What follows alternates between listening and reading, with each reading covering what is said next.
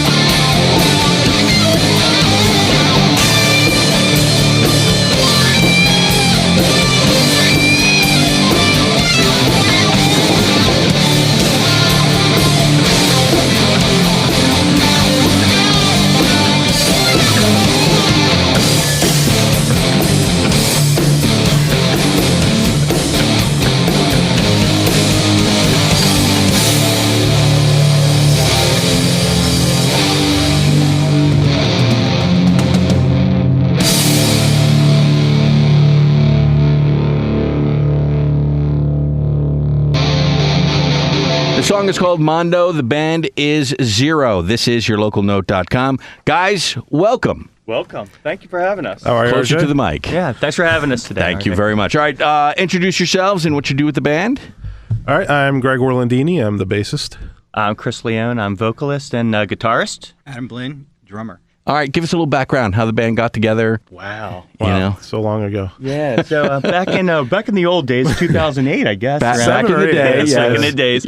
Adam and I were basically Chris. We were basically working together, and we found out we had common interest in music. I think same kind of crazy 80s and 90s kind of music. So we kind of I was also friends with Greg at the time, and we all decided, we had common interests. Let's get together and do something with the band. So the band's been together since 2008, no changes? 2008, yeah. Yeah, no changes. We have a keyboardist that plays with us live sometimes, Chris Anderson. Okay. Chris Casey Anderson, who kind of fills out the band in some live situations. Okay. But basically, this is, recording-wise, this is what you got. All right.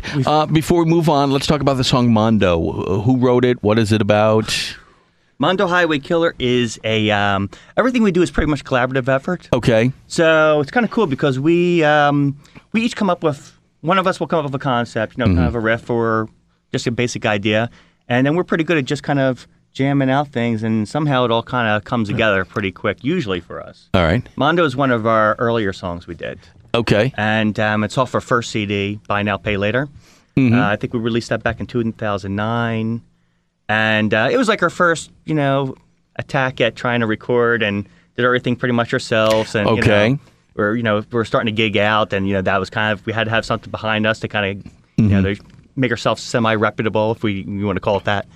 And Mondo Highway Killer just kind of evolved, I guess. Yeah, I mean, we all brought something to the table on that song, and we just, like Chris says, we just get ideas and we just jam on them, and then we have like a basic recording and say, we'll listen back, okay, well, we'll do this section maybe 3 times, we'll do this 4 times, we'll try to figure out an ending and try to bookend it and try to get a song that way. And that was probably one of the earlier songs that we did that process. And Okay. that's kind of the process we've been using. So I was going to say, so the song never gets written and then presented. It's the idea gets thrown out there, Yeah. and then you guys all write it together. You probably find that with a lot of musicians. I mean, some people we're not the people that go into a studio and don't have anything prepared and just kind of hack at it until it kind of works. I think what we do is one of us tries to come up at least with a concept. Sure. And that just may be a riff. It may be, lyrics and vocals usually come last for us. It's Okay. just something, we usually work on the music, and then the lyrics will kind of have to kind of fit in with wherever we're writing. Okay. So I think with that one, interesting, I was probably listening to a lot of like 80s Cult at the time. And it just has more of a syncopated echo type of opening on it. Right. And I probably came with the opening, and we jammed it out, and then we were thinking, well, this song needs to kind of change up. And all of a sudden, lo and behold, Greg came and he totally changed out the second part of it.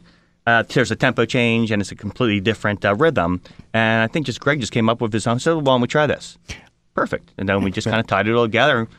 You jam it out and practice enough times, and then kind of when we're ready, we just lay it on tape. That's but does it open up to a point where if someone really likes one part and then someone doesn't, does that open up to conflict? Or do you guys, since you guys have been playing together for so long, you pretty much understand each other's styles? And We know quickly, I think. If we know quickly in the beginning of a song Okay. if it's going to work. We're not always right, but if we all like it and we all can bring something to it right away, that's when we know it's a keeper, and we continue to work on it. That's probably the first one that happened just like that. So you picked up on it pretty quickly.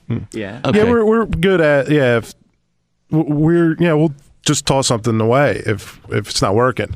Okay. And if nobody's really comfortable with it, or if like maybe one person is but the other 2 guys aren't, I mean, we're good at, okay, well, let's rework it. We'll try it a different way, a different tempo maybe. And so to try to fit it in. So we're we do a lot of stuff on the fly. Okay. So that's kind of one of the things we do, you know. Well, it sounds, listening to your music, it doesn't surprise me because you guys, as you listen to your music, you can hear it. It's very well put together, and the songs are obviously, you do a lot of jamming on your songs, so it's not surprising to me that you can come together in the studio, and that's basically how you put your songs together, because you can hear that, and I'm using that as hopefully it's coming off as a compliment. You're pretty dead on. They start off as jams, and if we like it at the end, that's a song we should. So? Do you consider yourself a jam band, or is that something that That's a hard thing to quantify? I don't. I would really say, don't. we hate to use. I don't know what the rest of. I hate to use the word prog band because prog has such kind of negative connotations in a modern sense these days. But we are disciples of prog. That's where we probably came most from. 70s, huh? There's a name. Disciples of Prague. That's what should have been the name of the band. It's too late. So, personally, I come from a strong 60s and 70s proggy psychedelic type of thing. I really got into the stoner rock genre lately, and 90s grunge. I think we all share. Yeah. I think, Greg, you probably are more like 80s. Yeah, I mean, I'm like Chris said, I'm really into prog rock, like Rush and Yes. Right. Bands, but I'm also stuff kind of like I grew up with was like Joy Division and New Order and The Cure and the Bunnymen and stuff like that. Right. So those probably two genres probably inform what I do the most. Okay. And especially in Mondo, I think that comes out a lot in a lot of the stuff I'm playing. So. Adam, your influences? I'm really an '80s hair band guy. Okay. Or at least I was. I was too. I won't but say. Once I lost it, it was But I was really into it at the time. Yeah, bald guys with mullets just don't look good. Bad scene. Well, now it's all just shaven heads anyway, so who cares, right? Yeah, absolutely.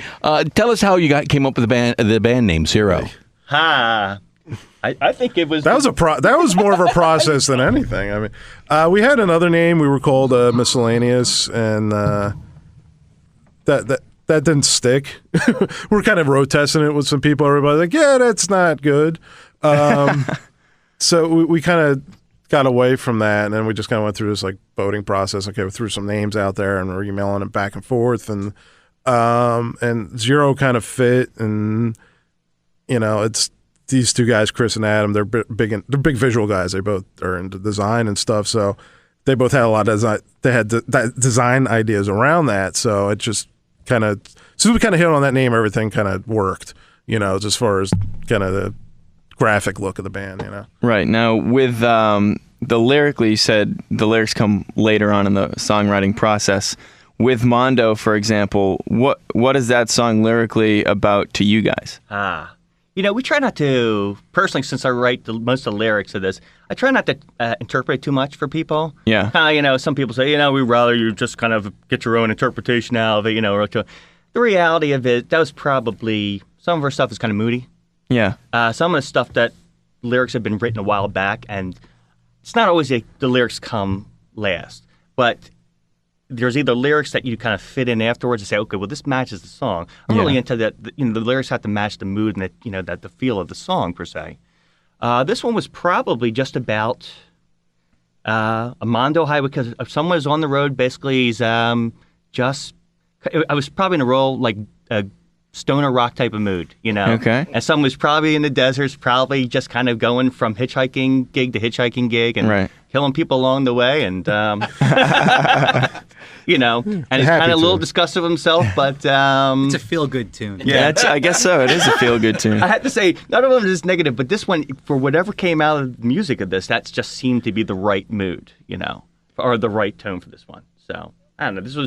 I try not to do stories. I try to more draw from reality, from personal experiences. Okay. But this one was kind of more fantasy. Okay. With your first album, Buy Now, Pay Later, was there any common themes with the songs on that album, or was it all just kind of a mixed bag of different songs? They're all pretty moody. Yeah. I mean, that's really what we do. Kind of our hook as a band, I always thought, is we create a mood, and we have some tunes on there that do that. Mondo certainly does, and if you're looking for the theme, that's it. That we're trying to create moods with our songs. We're trying to create like a time and a place for their songs. But as far as like a whole, kind of concept tying everything together, I don't know. We didn't consciously do it. I mean, there may be something there kind of. That mood, is that something you determine at the beginning? Maybe sometimes when you start writing a song, once you get to the end, it's not the same mood that you were looking to create? I think the mood kind of happens as we're building on it. Like we get, like Chris said, we get kind of the raw idea, and as we're building on it, I think the mood kind of comes out of that when we're all starting to kind of throw things around. And that's, I think, when the mood and the feel of the song really starts coming together. Yeah, it's amazingly an automatic process for us for some reason. I think it's one reason we're a trio. Is less egos in the band, one thing, but also less hands in the pot. Yeah. Less cooks, in the kitchen. Right. And I think we have enough similarities in our kind of musical styles, at least whatever.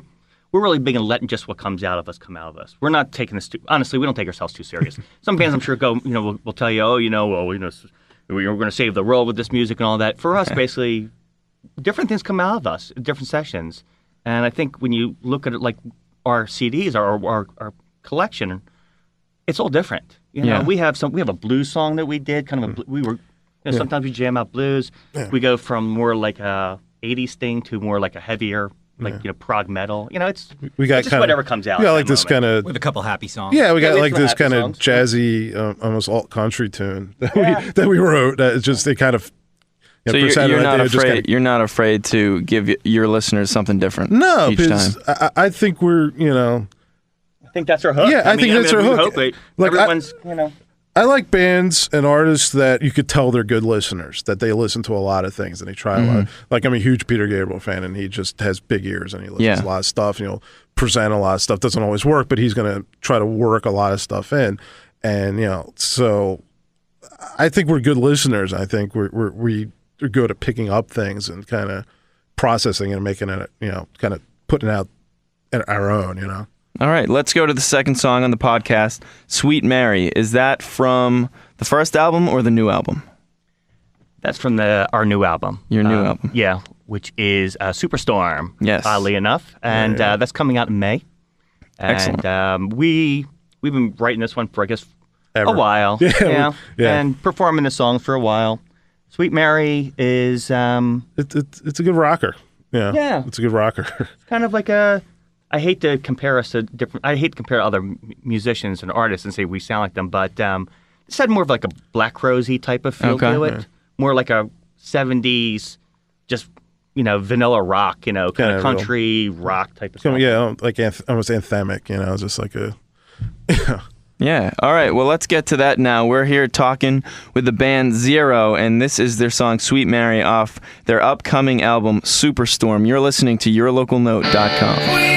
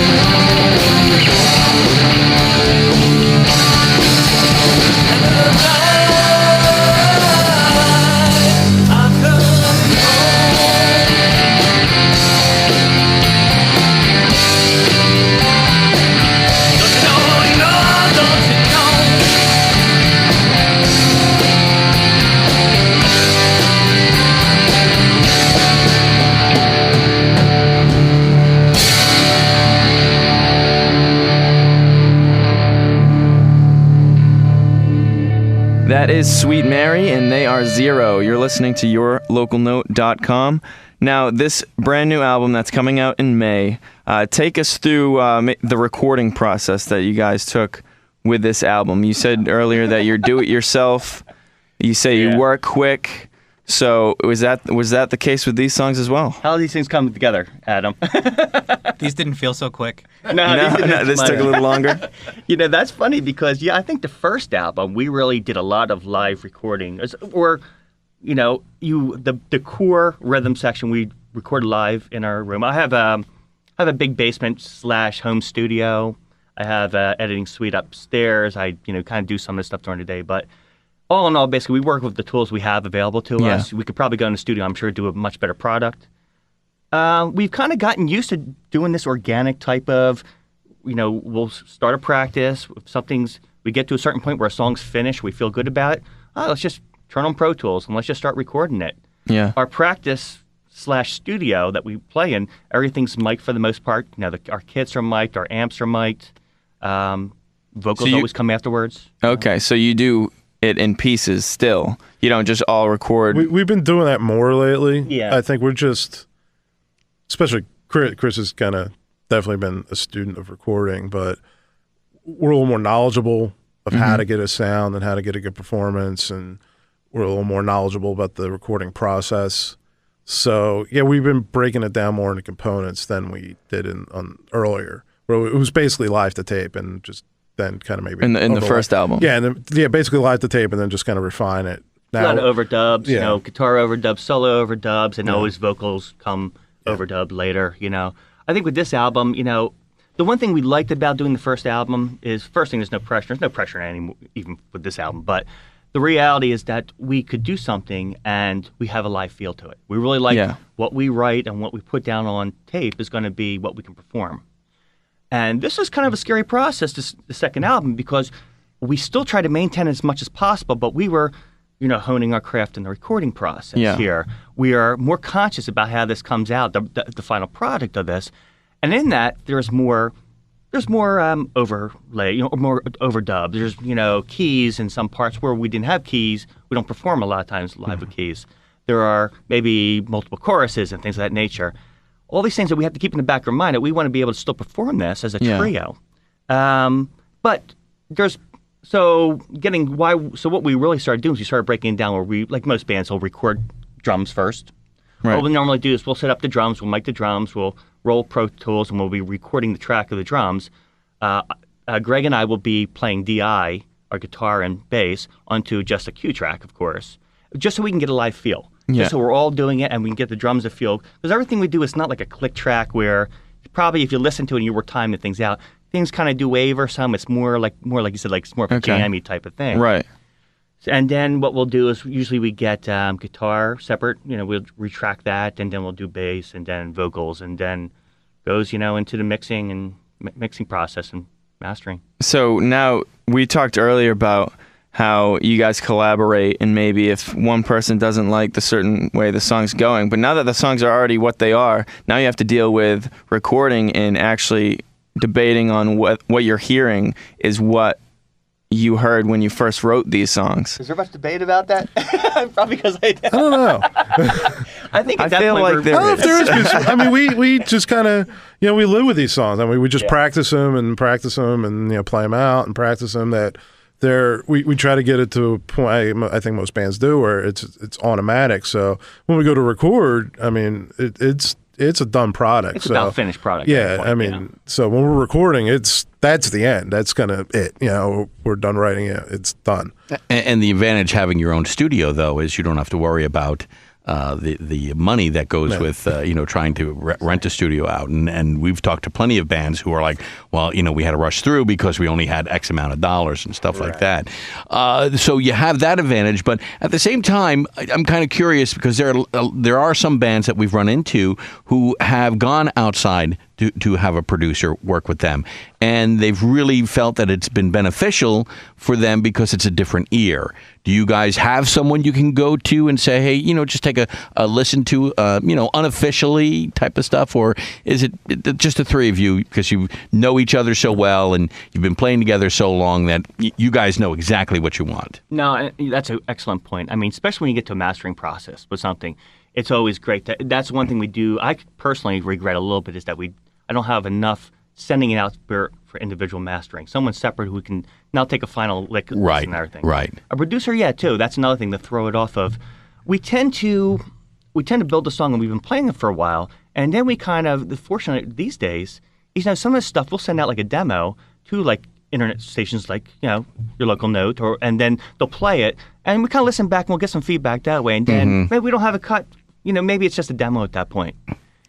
I think it's become almost like it's your fan base is becoming your producer. I was just about to go into that. So have there been songs that you guys have put together and then the reaction you've gotten from your fans have surprised you in good ways and in bad ways? I mean, are there songs where you said, we really like this song, and then you play it and it's like, geez, we expected a better reaction? Yeah. Or then there are songs where it's like, wow, I didn't expect that. Yeah, I mean, we like the song we have now, it's called You Are To Me, and it's...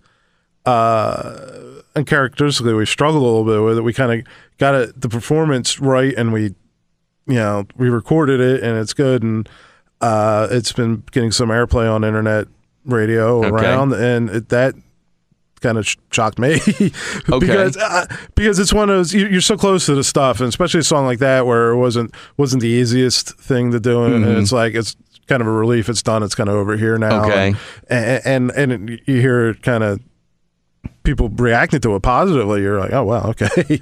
Okay. Now you got to go out and actually perform this. This is the one song, and we try to, every song we write, it's always been kind of our credo is that we want to be able to perform these live. Sure. And what we're putting into product on tape, basically, is close to how we were going to perform this. Right. That's the one song that it's a technical song, just some tempo changes, and we said, well, this is one that's easier. We would love to just put this aside and not play this again. Okay. And now, hopefully, this one doesn't take off too much because we would prefer to just put this away at this point. Okay. Well, and speaking of that song, that's the song we're playing next. Rock and roll. What a segue. Yes, I know. You Are To Me. So we've been talking about it. What is the song about? This is your love song, then. It's just kind of the sappy, it's a ballad, song, sort of. Happy.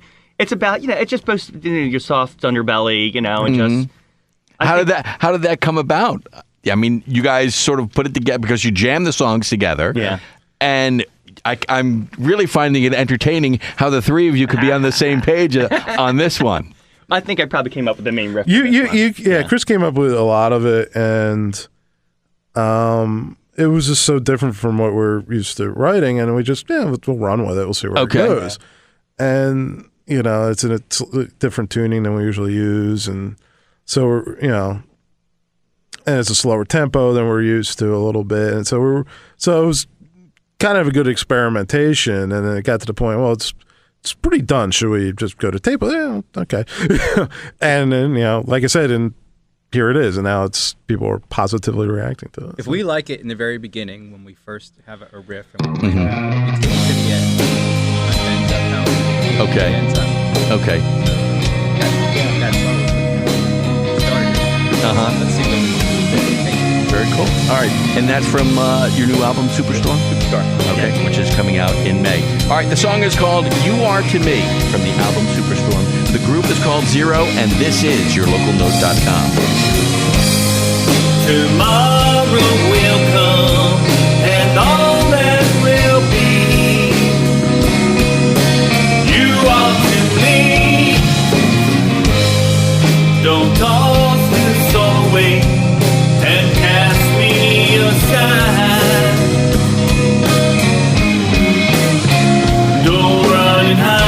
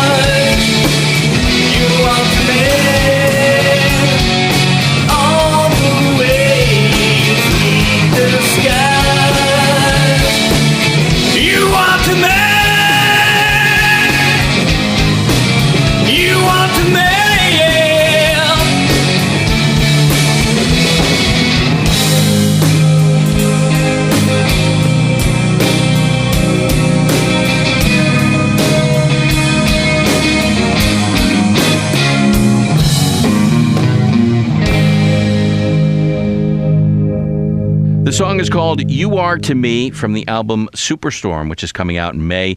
The band is Zer0. They're hanging with us on yourlocalnote.com. All right, guys, let's talk about where you guys are going to be playing.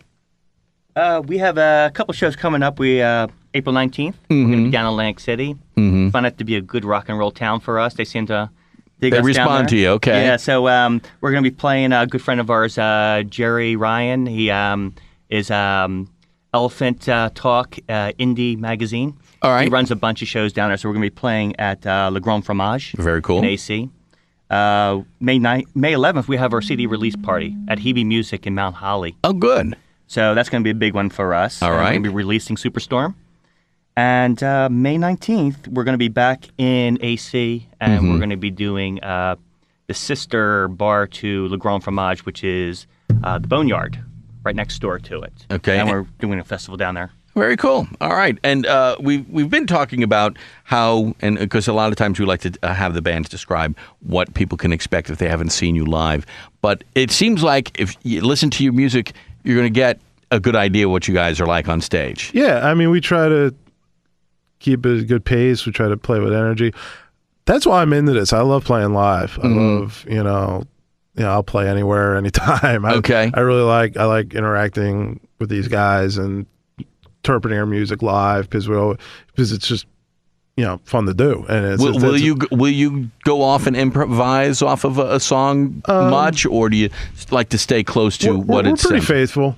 I mean, every once in a while we'll go off a little bit, but we're pretty faithful. And like I said, we expand our live setup with a keyboardist, Chris Casey Anderson, and he adds kind of he fills a lot out live and adds kind of different layer, and we kind of interact with him. So that's always fun. All right. What about the crowd, feeding off the energy of the crowd? How do you guys usually interact with them? That's a good question. As much as we can, we're kind of a moody band sometimes. We're jamming out there, and we try to think how we try to use stage props and stuff like that. We have some blow up aliens we bring out. We try That's good for Atlantic City. Chris has a lot of hats. He's in the hats. He is big on the hat. Yeah, Chris, we got the glow sticks been going on for a we've while, done glow sticks. Yeah. To jam out with us. Yeah, I mean we had. I think that's the one thing we're going to be working on a lot this year is engaging more of the audience and making them part of the actual performance. And we're there to have fun. They're there to have fun. So you try to vibe off of that. And we're playing down in Atlantic City's next two shows, and we've gotten some really great reactions down there. So I'm looking forward to playing. Excellent. All right. You got Superstorm coming out in May. We've heard a few tracks from that. What are some of your websites where people can find your music? We are, was it the band Zer0? Facebook / the band Zer0 with ZER, the number 0. Yeah. Everything's the number 0 instead of an O. We have Twitter / the band Zer0. Everything's pretty much the band Zer0. ReverbNation.com / the band Zer0 with the 0. And oddly enough, our main website is Zer0 Music. ZER0music.com. For some reason. Just to throw you off a little bit. Good. Well, hey, thanks so much for coming in and talking to us. Thanks for having us, guys. Appreciate it. No problem. All right, so we're going to finish up with Wilderless, and this is off the upcoming album. Yes. This is off Superstorm. What can you tell us about that song? I really like this song. It's one of the newer songs I'm really proud of, and it showcases what we do pretty well. There's tempo changes and mood changes, and I think on it, I speak from now. Hopefully, I'm speaking for Adam too. But me and Adam, I think, really do some nice rhythm section stuff on this song, and we really kind of worked hard to lock in on it, and I think it sounds really good. Excellent. You made a comment to us earlier about the end of this song. It has the song that ends 6 times. Yeah, it's like the Lord of the Rings. It just keeps ending. All right. I figured that'd be a good thing to point out. Okay. Good. All right. Thanks again for coming in with us. We've been talking with the band Zer0. Their upcoming album that is out in May is called Superstorm. The CD release show is at Hebe Music. With the date on that, May 11th.